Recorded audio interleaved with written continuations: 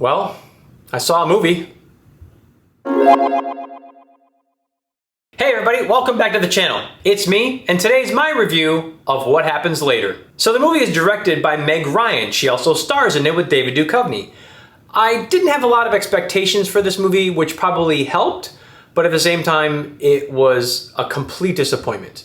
I'm gonna tell you why.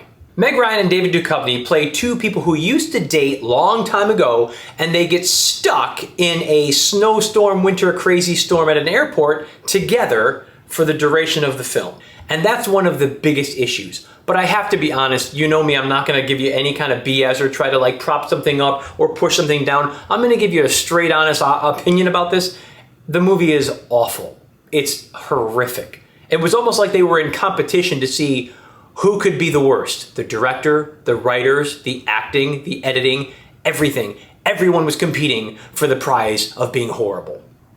Hey everybody, do me a favor, hit that like and subscribe down below. It helps the channel a lot, and I'll be able to help you avoid movies like this one. This movie was a massive letdown for me. I grew up watching Meg Ryan, When Harry Met Sally. Then the following one with Sleepless in Seattle, I actually liked that one quite a bit, and then You've Got Mail kind of dropped off a little bit. But Meg Ryan was always one of my favorites way back watching those films. And David Duchovny, he was in a romantic comedy with Minnie Driver, and that one was Return to Me. Both two of my favorite movies to watch if I'm in the mood for that type of film. As a side note, this film is actually dedicated to Nora Ephron. She passed away almost 10 years ago, but it's dedicated to her. And she's the writer, she was the writer and the screenplay writer for When Harry Met Sally, You've Got Mail, Sleepless in Seattle, and Julie and Julia. So she had a remarkable influence on a lot of these people, especially Meg Ryan, because she was the one who wrote and did the screenplays for those films that she was in. So it was nice to see that, but that was probably the highlight of the entire thing, was to see it was dedicated to her. Fundamentally, the issue started at the very beginning of the film. The first 30 minutes, you're introduced to the characters, Meg Ryan's and David Duchovny's, and they come across as so irritating and annoying, and you don't like them. You don't like them at all. There's nothing that you're like, oh, that's cute or oh, that's sweet. And they don't meet as far as like remembering each other and then having a conversation about their past. It's just bickering kids is basically what it feels like. It's literally like those two just going at each other and just picking at each other the entire time. And for 30 minutes, they're trying to establish this relationship that you don't care about. You've actually checked out in the first 5-10 minutes because they're just that unlikable. And as I mentioned, Meg Ryan, I loved watching her When Harry Met Sally. That's an iconic film that pretty much everybody loves.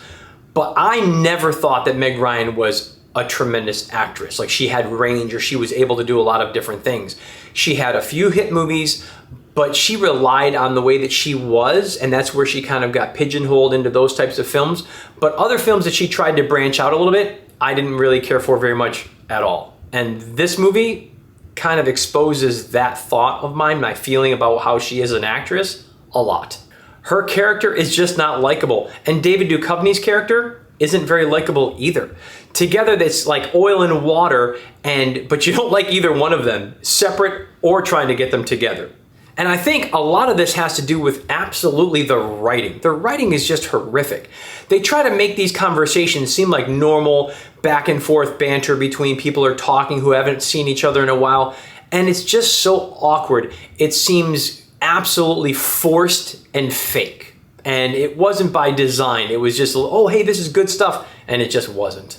Now, I'm not going to say that the entire movie is trash from top to bottom. There were a couple of scenes, which is actually a little unfortunate, where they started to open up and talk about the actual relationship. Something with substance, something that you could actually connect with and care about, but it was far too little and far too late.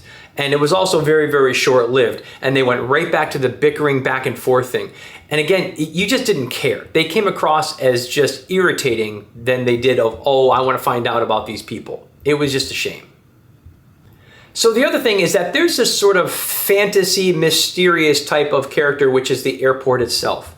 And it has the voice from above, which is basically just the person making the announcements through it.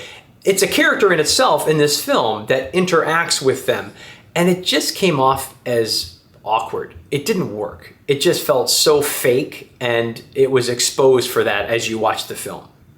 So unfortunately, it doesn't make me happy to say this, but I'm gonna give the score only a 20%. 20 is all it deserves. It's slow, it's boring, and I don't even mind. I've seen films that take place in one small location and they can pull it off masterfully. But this film is entirely done in an airport. So if you're gonna do that, if you're gonna put yourself in a little box, you better have great directing, great acting, great dialogue, and they basically had literally none of that. So ultimately, do I recommend it? You can tell already, no, absolutely not. This is a pass. This isn't even a watch it later on TV. It's literally that bad. I was thinking, if I wasn't reviewing this, I would have walked out of the film. It was literally that bad. Hey everybody, that wraps it up for me. Thanks for stopping by, and we'll see you guys in the next one. Hopefully with a better film.